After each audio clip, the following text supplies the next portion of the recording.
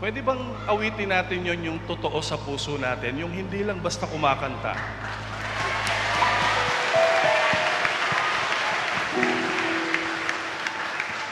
Yung sinasabi mo yon dun sa...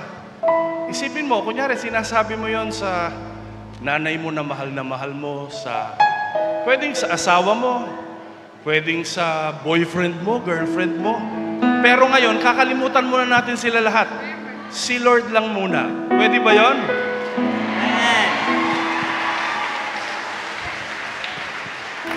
Habang buhay, papurihan. Hallelujah! Habang